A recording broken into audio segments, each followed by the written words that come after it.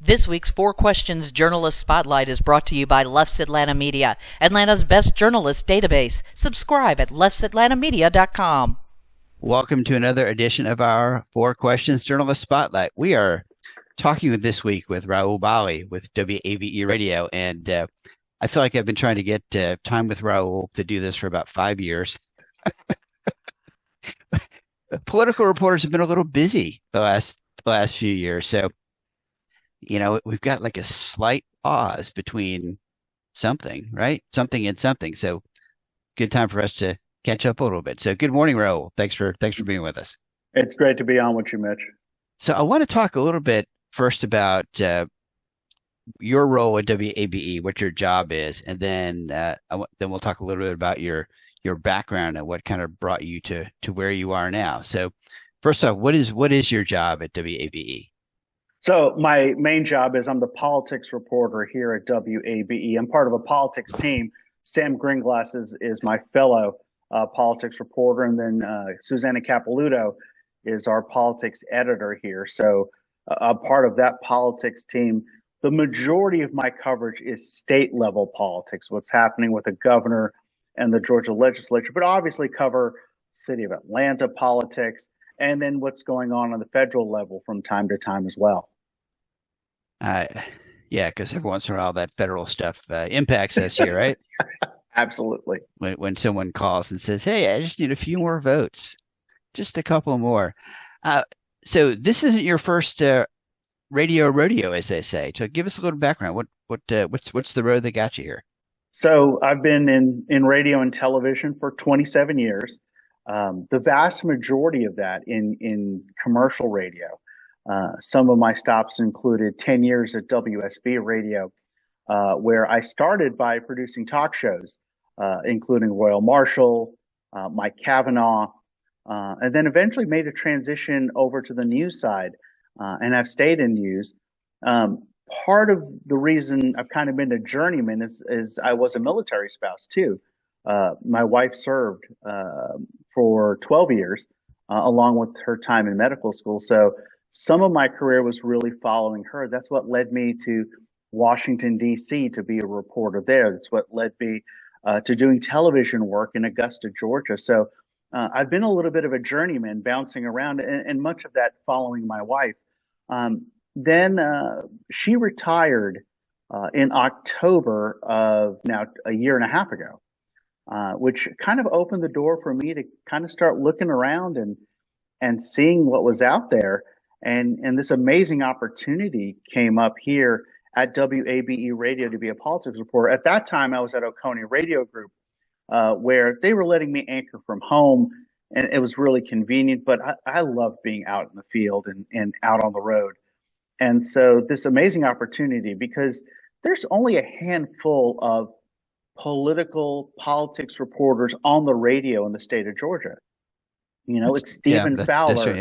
Yeah. It's Stephen Fowler and Riley Bunch at Georgia Public Broadcasting. It's Sandra Parrish at WSB. It's Sam and me here at WABE. It's so enjoyable to do. And as you inferred at the beginning, we are at the center of things. I think about all the appearances I did. French radio, I did Canadian television, obviously NPR, I did MSNBC, I did CNN. There was so much interest in what's happening here in the state of Georgia, and I think that interest is not going to change anytime soon. Yeah. So we were talking off air before we started here about kind of what's a little different about working for public radio versus some of the commercial radio opportunities in places where you worked before. So this is my first public radio job. I've never done public radio before. It's a challenge. This has been kind of one of my latest challenges. In 2013, I was offered this amazing opportunity to be a television reporter in Georgia Public Broadcasting. I'd never been a on-air television reporter. It was a new challenge, and this has been a new challenge. In the commercial radio world, what you hear on a WSB radio, for example, it's a higher story count. It's more stories. Where here at WABE Radio, it's more about giving more context, more nuance, going deeper in stories. And while that sounds easy, for someone like me, that's taken some time to understand and learn. It's actually that doesn't sound easier to me. It longer. And that's been what's been great about having someone like Susanna Capilouto, a name that's very well known in our community. And she actually said it to me earlier today when we were working or something. Hey, I need you to give a little more context, a little more information on a topic. And that's great. And I've had to learn to do that because I came from a different world of journalism where, you do a very quick story, at WTOP in Washington. I think our max story time was 35 seconds. That's kind of the baseline here at WABE. And while, again, it sounds easy to go a little longer, it does take a little more time, a little more effort, a little more research. A story I did here just in the past week is, the gas tax suspension is going away here in the state of Georgia. And so I got to take a little extra time in explaining how does that number come up and who, for example, gas taxes aren't charged by your local gas station. They're charged by a fuel distributor. So explaining that, taking that extra time to explain that, that's something I've had to learn here in public radio. And I've really enjoyed it. It's a challenge, but it's something I've enjoyed. So what's the average length of one of your segments now? About a minute. My stories are about a minute 30, kind of in that range. So, but there's a lot you can cover. When a story goes from 35 seconds to a minute or even to a minute and a half. And then here at WABE, there are places where you can do 2.5-minute stories, 4-minute stories to really dig into an issue, and then we also have podcasts. So, our podcast for the Georgia General Assembly is coming back, the Gold Home Scramble. We're going to be dropping that podcast is coming back with the return of the assembly. And again, we can go more in depth on issues. During the campaign season, I was able to take time to talk about the Asian American community and the efforts to reach out to those voters. And again, you can take more time on something like a podcast. Yeah. And then you've got some other kind of, I know, places where you are kind of, the guest, where you talk about a topic, like Closer Look in the afternoons, or the morning show where you come on and talk with Lisa Rayam in a little more depth about a topic, right? Absolutely. So, on a somewhat regular basis, I will go on with Lisa Rayam in the morning or Jim Burris in the afternoon here on WABE and take 4 to 5 minutes on a single topic, and to cover, for example, the Public Service Commission elections or, the launch of the legislature. And then you mentioned Closer Look with Rose Scott. Sometimes we take 20 minutes and we'll cover 2 or 3 issues and just really go in depth, really explain things. And it's something that I've really gotten to enjoy is, I did that segment earlier this week, explain what's going on in Washington with this speaker fight, because so many people are like, what's going on? Why are they doing vote after vote? And why isn't, the person with the most votes win? Taking that extra moment to explain that it's enjoyable too, because, if one person walks away with just a better understanding of the news, I think we've done our job here. Yeah. So the General Assembly you mentioned is kicking off, let's see, the time this airs, I'll say the General Assembly kicked off last week. And what are some of the main issues that you think the legislature is really going to be focusing on, or what are they going to be the kind of the more controversial topics? Well, let's start off with what is always kind of the most important thing, and that's the state budget. I know that doesn't sound exciting, but the state of Georgia is doing pretty well when it comes to the monies coming in. There are billions of extra dollars to work with. We don't have an exact number yet. And what to do with those $1 billion, whether those billions of dollars, is it, tax relief, income tax relief, or is it property tax relief? You're going to have people say, why don't they use it for Medicaid expansion? You're going to have a number of things of what to do with those dollars and discussion points. As for the more controversial issues, I see the possibility of legislation around abortion, specifically abortion pills. That could be something that pops up. Gambling comes up every year, but whether it's gambling or other issues, it's very important to know because of redistricting, where the lines were redrawn based on the census, plus just dozens of new lawmakers coming in, things could change down at the state capitol, whether it's on gambling or on other issues. Some of the other issues I think people should watch for, legislation around electric vehicles. As more electric vehicles hit our roads, a lot of questions of how do you build that infrastructure? Those right now, if you've got a Tesla, you've got a charging station over at Atlantic Station, over at Lenox, but the proliferation of those charging stations for all electric cars. What is that going to look like? Is it at your local QT or how is that going to be done? That's one of the important things. Yeah, that's one of the biggest things. And Georgia is seeing electric car manufacturers, battery makers, charging stations. Exactly. There's the whole industry is got pieces here in Georgia. So I really feel like Georgia is becoming, I don't want to say a center, but a real base for electric vehicles for the Southeast, if not, I don't know, can't compare it to California, I guess, but all the pieces are here. But I think that the range of the vehicles and the number of charging stations and having enough available. And I have friends who have electric cars, and they plan out their trips. They say, okay, yeah, this trip is 300 miles away. Where's the charging station in between so I can charge up so I can get back. And those folks that have those electric cars, well, I bet you one of the complaints they have is they've got to pay a fee, about a $200 fee every year, because it's the replacement for a gas tax, because they're not paying the gas tax to fix the roads they're driving on. Right. And then the whole model of how to sell electric cars in dealerships. I think there's going to be a lot discussed around that. Some of the other things I'm going to be watching for, I'm going to be watching, as I mentioned, I'm going to watch for gambling. Still the challenges around the medical cannabis oil program in the state of Georgia. There's a lot of discussion around that. And then there's Buckhead cityhood.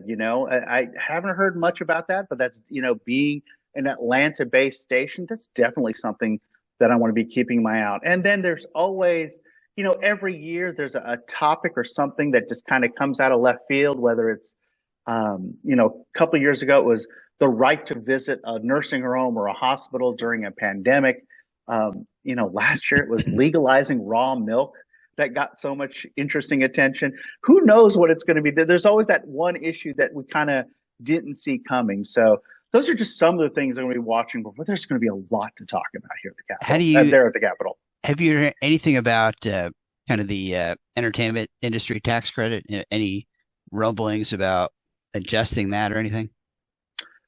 That's really going to depend on what the committees that oversee that look like. One of the things when people say, hey, what do you think is going to happen with gambling? Because we have a new lieutenant governor Burt Jones, who's going to preside over the state Senate, and because you have a new speaker, you're going to have some new committees and new committee chairs, and it's going to be interesting to see. So State Senator Chuck Hufstetler, who is currently the chair of the Senate Finance Committee, he's always raised questions about all tax credits. And so if he continues to chair that committee, I think they're going to take a closer look at that. Of course, right now things are good. Money is good. Right. But it was during tighter times where people started raising questions about the film tax credit. It's a balancing act because of the massive explosion of the film industry in Georgia. Nobody wants that to go away. Nobody wants to hurt that. But also you see how much money is going out the door with those credits, how those credits are handled, how they're overseen is always going to be interesting. And so that's definitely going to be something I'm going to be watching for. Yeah. Nashville this month started talking about doing some sort of entertainment district with a tax credit to lure the industry there, because I think they're seeing what's happening in Georgia, and they think Nashville could and should be another fine opportunity for people to come shoot music videos and movies and whatnot.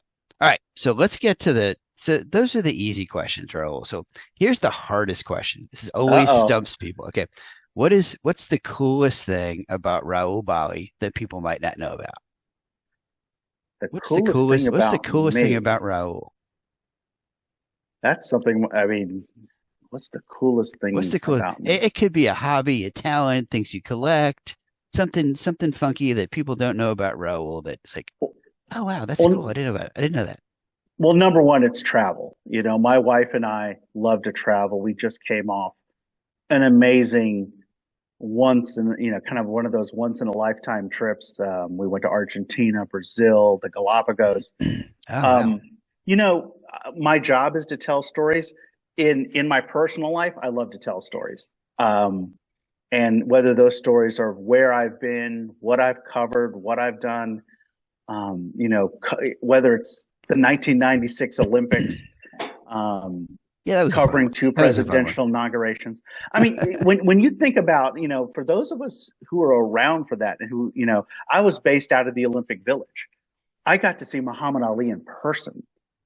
I got to interview Arnold Schwarzenegger and interview Vanessa Williams. I mean, it's so cool. Some of the things that we got to do, that we've gotten to do as journalists. And so telling those stories, whether it's my personal travels or professional work, I love telling those stories. Um, but I enjoy, probably I enjoy watching car racing, Like which, NASCAR level or NASCAR, Formula One. I love watching that. Um, that's probably something I enjoy kind of on my own, is just to watch racing. cool. All right. So lightning round here. And Yes. the next couple of questions, you don't need to give me a lot of detail, just lightning round answer. So last book you've read or the last podcast you've listened to, and that it can't be Rose Scott's podcast. Um, if it's televised, I just watched Bowlegs, the story of Marvin Arrington. Okay. And I just mentioned racing. I watched Senna, the documentary about the great Formula One driver Ayrton Senna. It was some amazing story. Both of those were really fun to just watch and learn. Okay. Favorite local restaurant? Favorite, Lee's Bakery, kind of Ooh. a go-to. Yep. Yep. Good choice.